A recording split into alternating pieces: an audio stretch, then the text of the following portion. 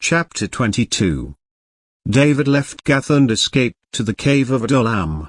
When his brothers and his father's household heard about it, they went down to him there. All those who were in distress or in debt or discontented gathered around him, and he became their commander. About 400 men were with him. From there David went to Mizpah in Moab and said to the king of Moab, "Would you let my father and mother come and stay with you until I learn what God will do for me?" So he left them with the king of Moab, and they stayed with him as long as David was in the stronghold. But the prophet Gad said to David, "Do not stay in the stronghold. Go into the land of Judah." So David left and went to the forest of Heruth. Now Saul heard that David and his men had been discovered. And Saul was seated, spear in hand, under the tamarisk tree on the hill at Gibeah, with all his officials standing at his side. He said to them, "Listen, men of Benjamin. Will the son of Jesse give all of you fields and vineyards? Will he make all of you commanders of thousands and commanders of hundreds? Is that why you have all conspired against me? No one tells me when my son makes a covenant with the son of Jesse. None of you is concerned about me or tells me that my son has incited my servant to lie in wait for me, as he does today." But Doeg the Edomite, who was standing with Saul's officials, said, "I saw the son of Jesse come to Ahimelech son of Ahitub at Nob. Ahimelech inquired of the Lord for him. He also gave him provisions and the sword of Goliath the Philistine." Then the king sent for the priest Ahimelech son of Ahitub and all the men of his family, who were the priests at Nob, and they all came to the king. Saul said, "Listen now, son of Ahitub." "Yes, my lord," he answered. Saul said to him, "Why have you conspired against me, you and the son of Jesse, giving him bread and a sword and inquiring of God for him, so that he has rebelled against me and lies in wait for me, as he does today?" Ahimelech answered the king, "Who of all your servants is as loyal as David, the king's son-in-law, captain of your bodyguard and highly respected in your household? Was that day the first time I inquired of God for him? Of course not. Let not the king accuse your servant or any of his father's family, for your servant knows nothing at all about this whole affair." But the king said, "You will surely die, Ahimelech, you and your whole family." Then the king ordered the guards at his side, "Turn and kill the priests of the Lord, because they too have sided with David." They knew he was fleeing, yet they did not tell me. But the king's officials were unwilling to raise a hand to strike the priests of the Lord. The king then ordered Doeg, "You turn and strike down the priests." So Doeg the Edomite turned and struck them down. That day he killed 85 men who wore the linen ephod.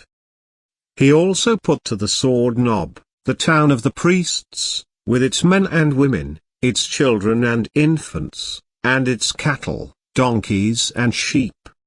But one son of Ahimelech son of Ahitub, named Abiathar, escaped and fled to join David.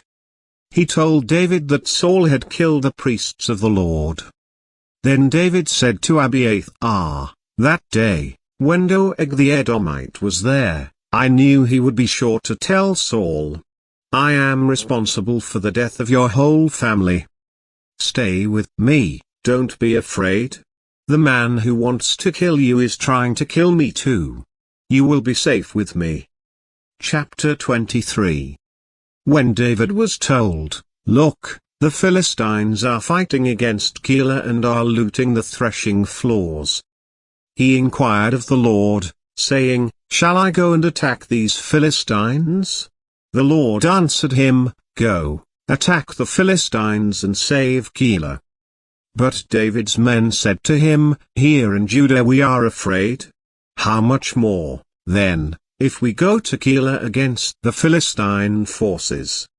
Once again David inquired of the Lord, and the Lord answered him, "Go down to Keilah, for I am going to give the Philistines into your hand." So David and his men went to Keilah, fought the Philistines and carried off their livestock. He inflicted heavy losses on the Philistines and saved the people of Keilah. Now Abiathar son of Ahimelech had brought the ephod down with him when he fled to David at Keilah.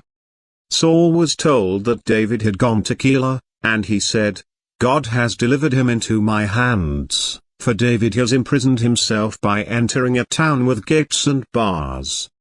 And Saul called up all his forces for battle, to go down to Keilah to besiege David and his men. When David learned that Saul was plotting against him, he said to Abiathar the priest, "Bring the ephod."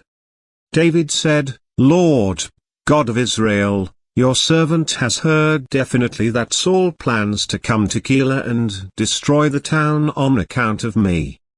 Will the citizens of Keilah surrender me to him?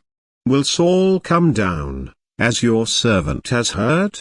Lord, God of Israel, tell your servant." And the Lord said, "He will." Again David asked, "Will the citizens of Keilah surrender me and my men to Saul?"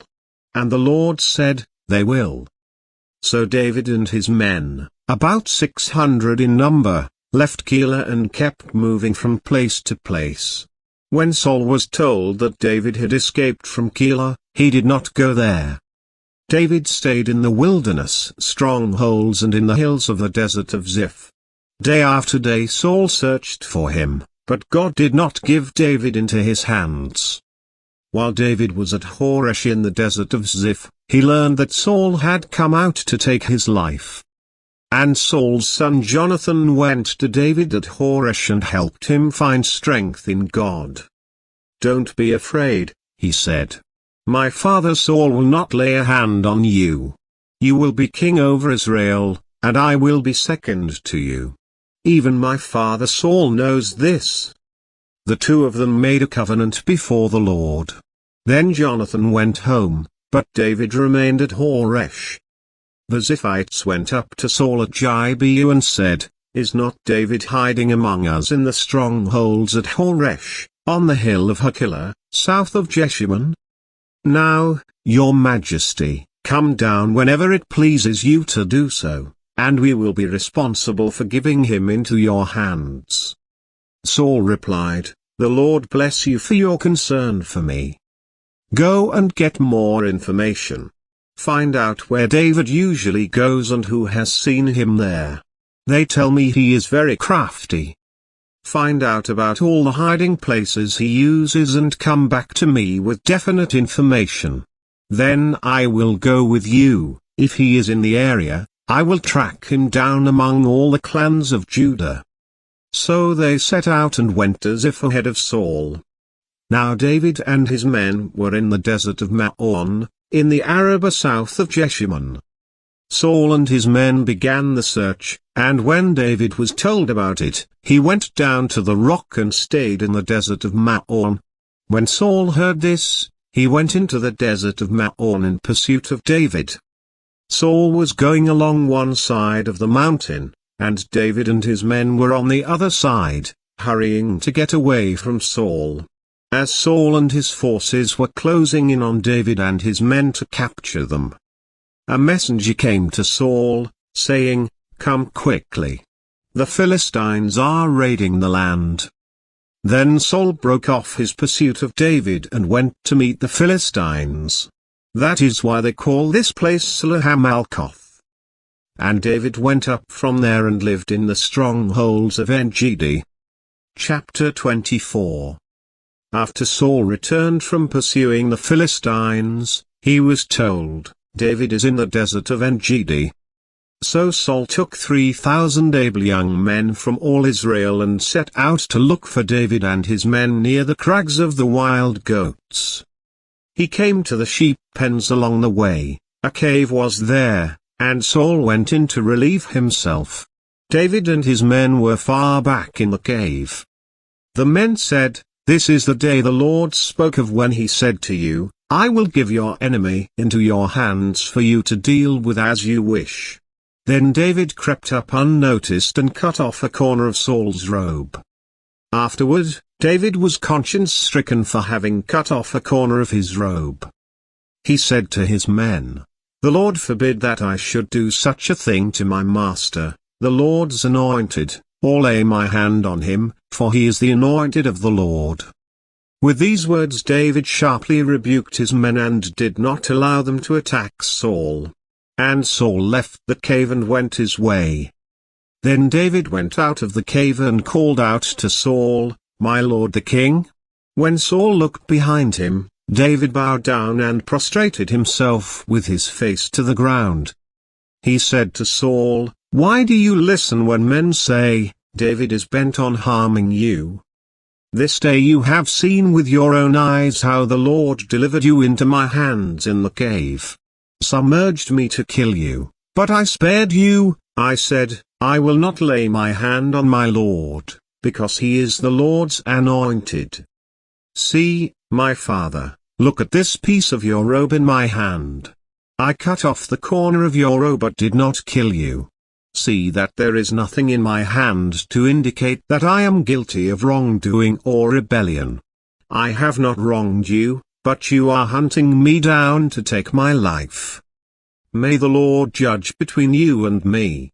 And may the Lord avenge the wrongs you have done to me, but my hand will not touch you. As the old saying goes, from evildoers come evil deeds, so my hand will not touch you. Against whom has the king of Israel come out? Who are you pursuing? A dead dog? A flea? May the Lord be our judge and decide between us. May he consider my cause and uphold it. May he vindicate me by delivering me from your hand."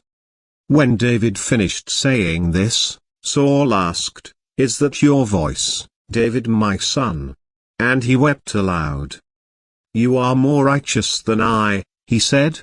"You have treated me well, but I have treated you badly. You have just now told me about the good you did to me. The Lord delivered me into your hands, but you did not kill me. When a man finds his enemy, does he let him get away unharmed? May the Lord reward you well for the way you treated me today. I know that you will surely be king and that the kingdom of Israel will be established in your hands. Now swear to me by the Lord that you will not kill off my descendants or wipe out my name from my father's family." So David gave his oath to Saul. Then Saul returned home, but David and his men went up to the stronghold.